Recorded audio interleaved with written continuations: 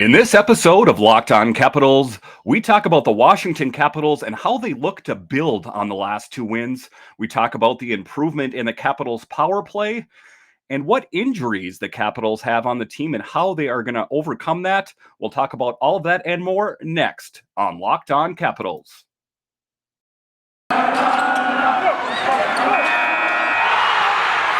You're Locked On Capitals, your daily podcast on the Washington Capitals. Part of the Locked On Podcast Network, your team every day.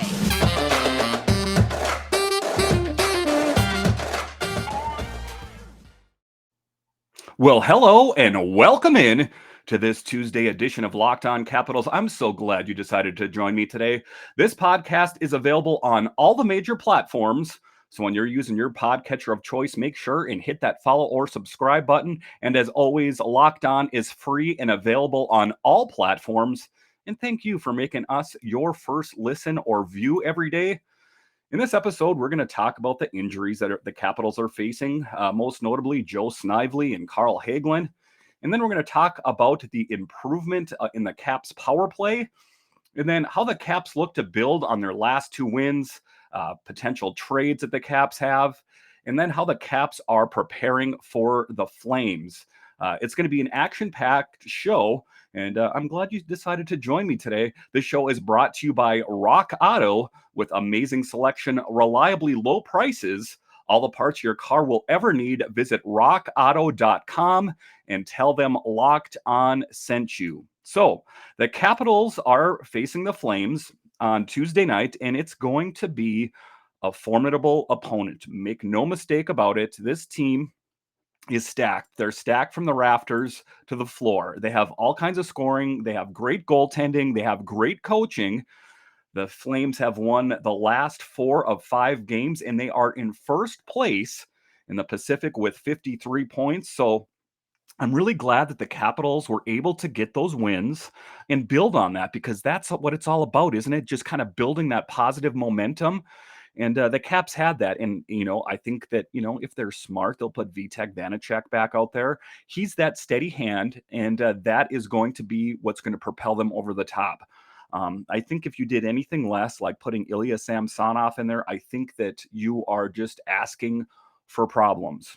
Like I say, his play has been inconsistent. So let's just hope this Caps team can build on their wins that they've had so far and just keep going forward, because that's what you're going to have to do, is face a formidable opponent. And in this case, this is going to put this Caps team to test. Like I say, they're in first place and they have all kinds of scoring. Let's just kind of take a look at what the Flames have. So most notably, Johnny Gaudreau, in 54 games, he has 22 goals. Tkachuk, in 54 games, has 27 goals. Lindholm has 27 goals. I'm going to be honest, I'm having a hard time with this guy's name. Magapane, 29 goals. So that team is stacked, and the Capitals have got to be ready. But you want to know something? I think they can do it, because when you can take positives and kind of just keep building on momentum of your team winning, it's like a snowball. You roll it down the hill and it just keeps getting bigger and bigger and bigger. Same thing with this Caps team. As they keep winning, that's going to keep building their confidence more and more and more. So that's what they have to do. They have to be ready. And that is a game that is going to be Tuesday night. And it's going to be a tough one. I'm not going to lie about it. It's going to be an 8:00 start Central Time. So whatever time zone you're in, it's going to be a later game, and I'm going to be up a little bit later covering that game.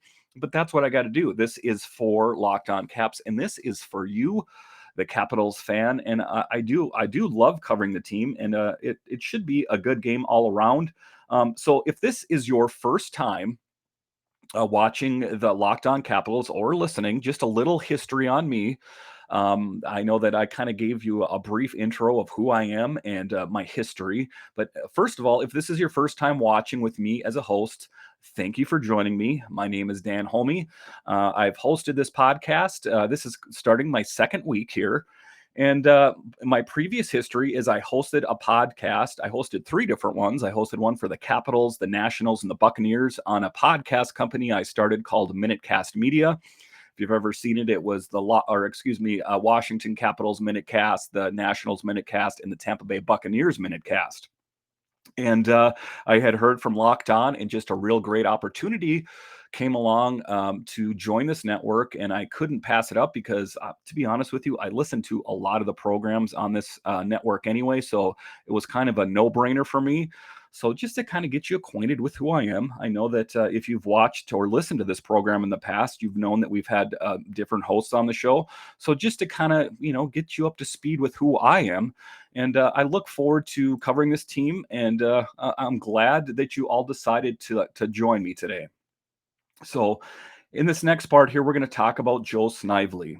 Joe Snively is a guy that was kind of unexpected. He had that wrist injury, and but he has played very well for the Capitals this season. And he was a player that wasn't initially even slated to play on the Capitals. He was just kind of based on that next man up mentality.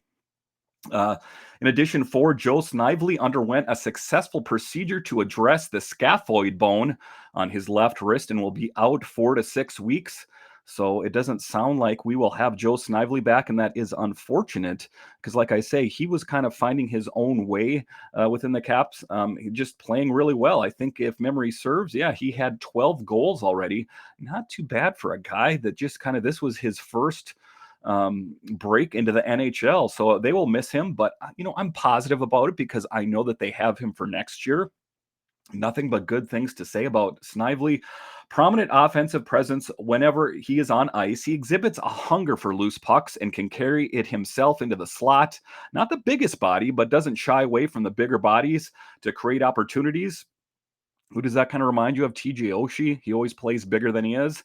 Very accurate shot, which jumps off his stick. Excellent passer and proficient puck skills. Very determined and works hard for the first time and space he finds. Needs to recognize transition chances, starting in his own end in neutral zone quicker, and always be a factor in defensive as he plays offensive play.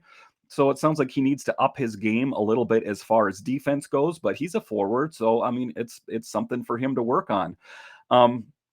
It's a good deal for the Capitals all around because they're only paying him $750,000. This information is from Elite Prospects. And like I say, 12 goals on the season, and it's kind of just finding that diamond in the rough, right? Snively is a name that's been around the Capitals organization in AHL Hershey.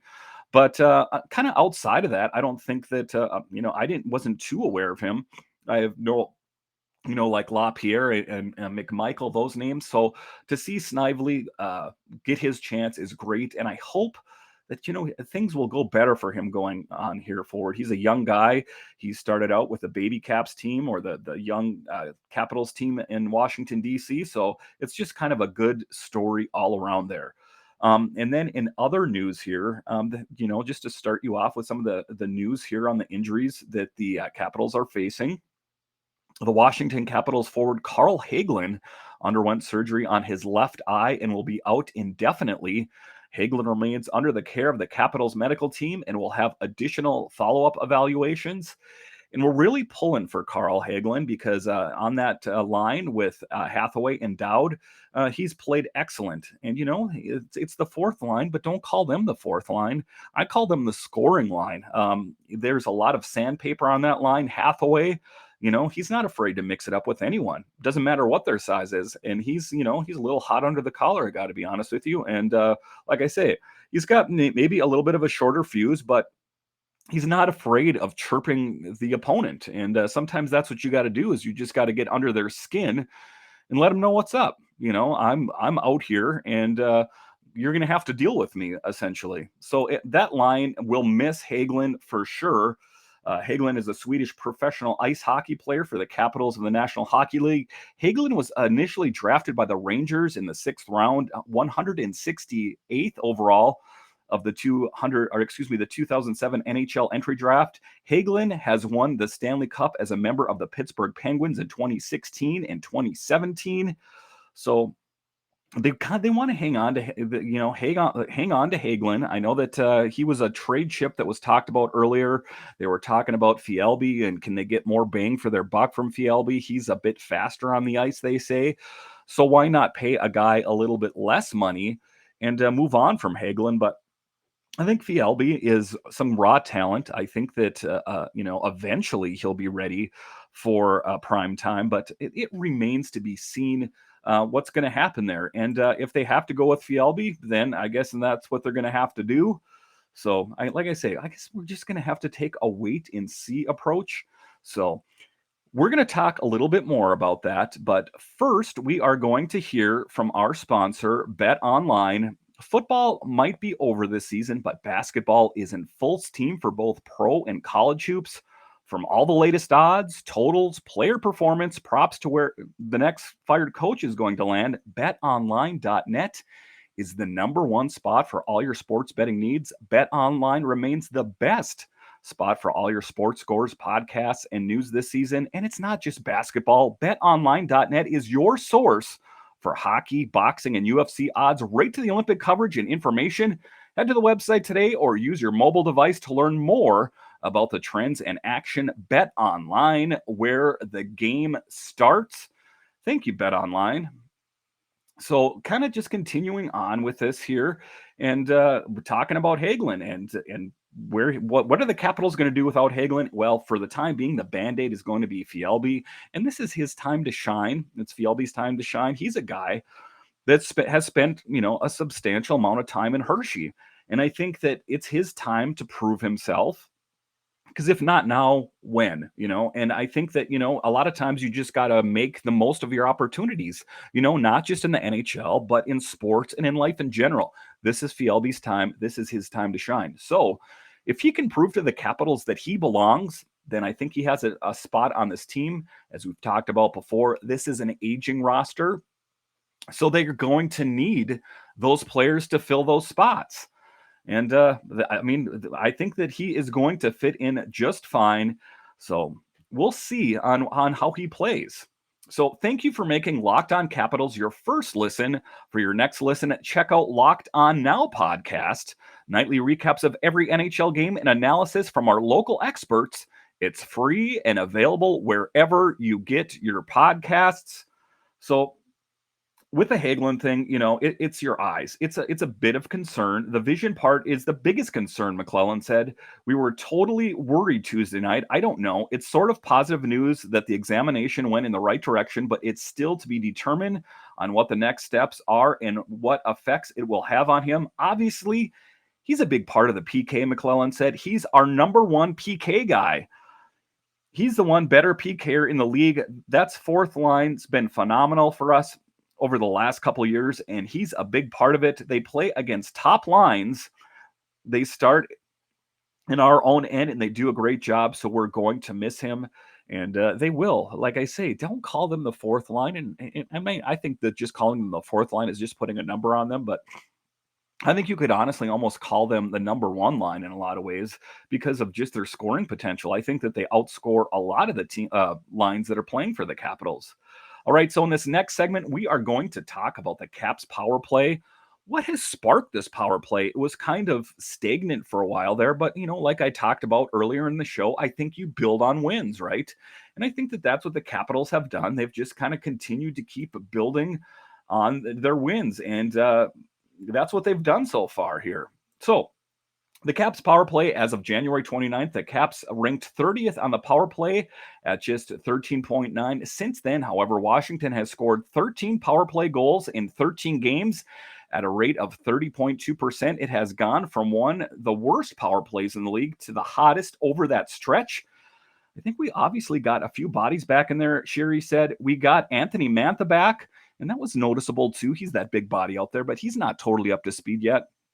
We got TJ Oshie back after long-term. Nicholas Backstrom now finding his stride. So I think we feel like we have two really good units, and we can work hard and use our skill to create opportunities.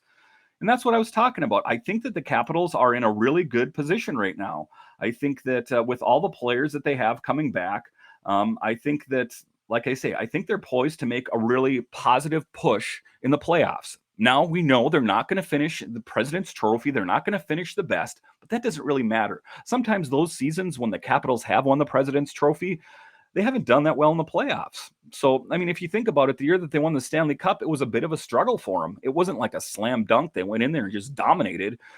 If you remember when they were playing Columbus, people were kind of saying, well, if they lose one or two more games here, it's going to be curtains for this Capitals team. Guess what?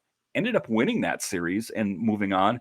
And then that was the same thing. Well, they beat them. There's no way they're going to beat Tampa Bay, beat them. And then the same thing. Well, they got lucky so far, but now they're facing the Golden Knights. And guess what? As we all know, a Cinderella story, the Caps win the Stanley Cup. So it's not always initially known how well the Capitals are going to play. Are they going to win the Stanley Cup this season? It remains to be seen. If they can stay focused and they can get that goaltending situation dialed in. So they got Vitek Vanacek out there, and I still think that they need that really solid number two, because if you can even recall back to 2018 when they won the Cup, they had Holmi and Grubauer, and that tandem is what really solidified that lineup and is what made him a Stanley Cup winner. There's been a lot of turnover on the unit, said Coach Peter Laviolette. So it's nice to get people back and situated and in place and get them working in rhythm. But it's definitely had an impact. We've got to keep it going. We're starting to see some good signs. The kind of hockey you want to play down the stretch, defenseman Nick Jensen said. One of the biggest is work ethic. I think that's one that's been going really good. There's a lot of good things, a lot of good signs, but we've got to keep getting better and keep building. Not everything is perfect right now, but it's going in the right direction. And that's all you can really do, is you can just kind of take your victories where they're at right now and keep building on them. Can't, concentrate, that you're in fourth place and that you should be in a better place. And, anyway, they're in the position that they're in right now. They won 2 games. They should feel confident about it, that 2 really big games, to be honest with you, against formidable opponents. They beat the Hurricanes the other night, and then they beat the Kraken, which aren't as good, but just taking that positivity and moving forward. The Capitals are still 10-12-2 since the new year began, but paired with a win over the Hurricanes on Thursday and a grinded out win over the Kraken, they're looking to turn the corner down the stretch. We had a tough stretch there, and the Carolina game I thought was a good start. Coach Peter Laviolette said there was parts of the game that were good, parts that I thought we needed to be a little bit better. If I'm going to be honest, they came out really hard. They competed really hard in the first, and they worked. And so you have to compete at that level. There are still areas that need to be improved. The Capitals were outshot 23-15. So that's what I'm talking about. They haven't been playing perfect, of course. But all they can do is just keep building on those wins. And like I say, they're chipping away at it a little bit by little bit. And I think that this Capitals team is going to be okay. I would really like to think that they're going to win the Stanley Cup or they're going to go far in the playoffs, but I guess time will tell on that one. So I guess it's just kind of a wait and see thing on that. So in this next segment here, we're going to talk about what's coming up next for the Capitals. We're also going to talk about a potential trade chip in the form of Justin Schultz. But first, we're going to hear from our sponsor at Rock Auto. This episode is brought to you by Rock Auto. With the ever-increasing numbers of makes and models, it's now impossible for your local chain auto parts store to stock all the parts you need. Why endure often pointless or seemingly intimidating questioning and wait while the person behind the counter orders the parts on their computer, choosing the only brand their warehouse happens to carry? You have computers with access to rockauto.com at home and in your pocket. And that's what it's all about. Sometimes fixing my car is a little intimidating, but when you go to one of the big chains out there, sometimes they just look at you and they kind of say, what is this guy doesn't know what he's talking about? Or, we don't have what you need in stock. That's why I love Rock Auto. I can shop at home. I can shop on my break at work. I just open my phone and I order the parts that I need.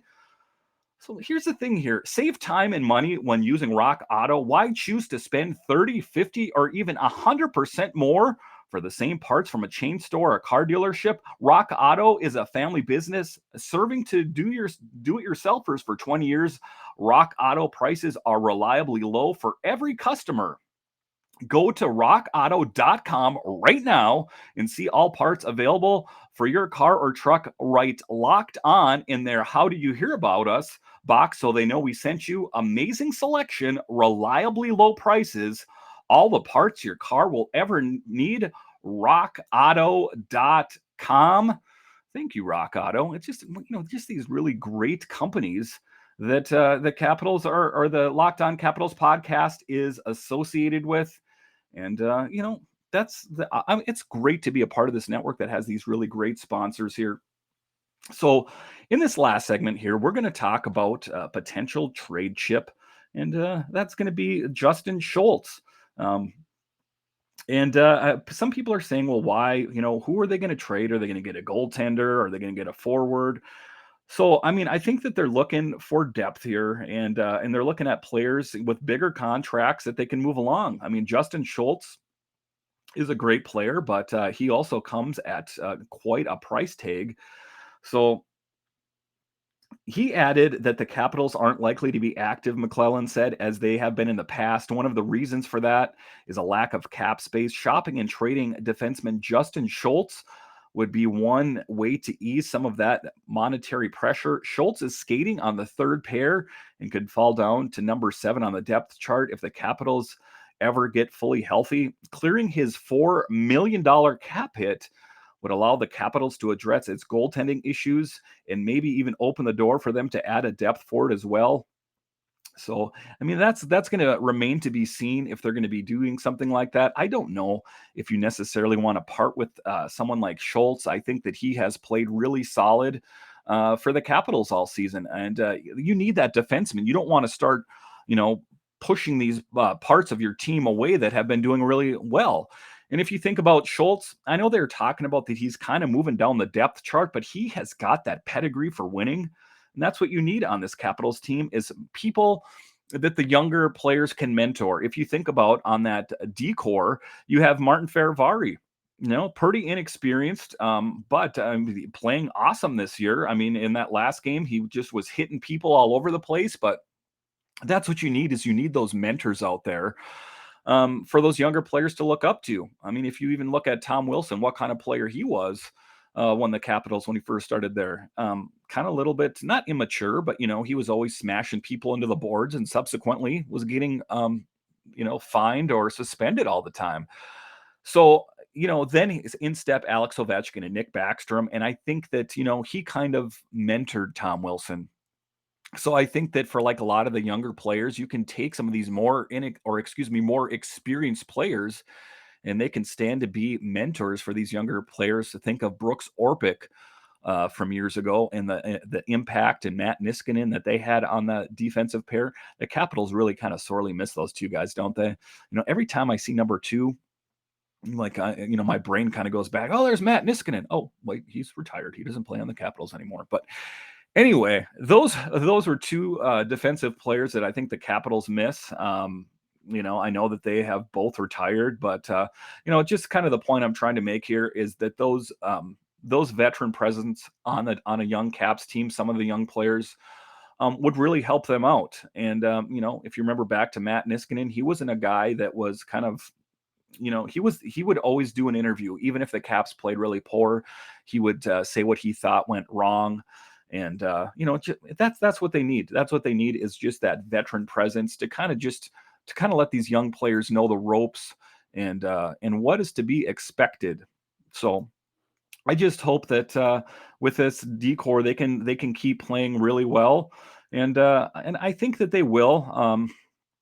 Like I say, all you can do is build on wins, and that's what the Capitals have done. And I think they're poised to be in a really great position. Like I say, they got Calgary tonight, and then towards and then the rest of the week they have games as well that might pose some problems for them, or challenge them anyway. But I think that being that they won, and they can keep just kind of building on that. Like I say, it's a snowball effect. Let's just keep hoping that this Capitals team can keep winning and they can make that big push for the playoffs and hopefully do really well. So this has been the Locked On Capitals podcast for today. Now make your second listen Locked On Fantasy Hockey. Hosts Steele Roden and Flip Livingstone help you become the expert of your fantasy league. It's free and available wherever you get your podcasts. So again, this is your Tuesday podcast. The Caps have a big game tonight. They have a game against against a formidable opponent in the Flames. They got to be up for it, and I think they will be. Here's your keys for success. Build on that momentum that you have. You've got to put Vitek Vanacek in net. There's no doubt. You have to have Vitek Vanacek in net. Keep Tom Wilson on that top line. It just seemed to work so well. I know that they've toyed with different people on there, and in this year I've seen Sheary and Sprong and all kinds of players. Tom Wilson is a good goal scorer, but he's also a deterrent. And, if they got someone on the Flames that wants to mix it up with Ovechkin or just kind of stymie his progress, well, Wilson can lay the smack down and let him know what's up. So I think that it's going to be a great game tonight, and I will recap it for you tomorrow. I want to thank you for listening and or watching this episode of Locked On Capitals. Have a great day.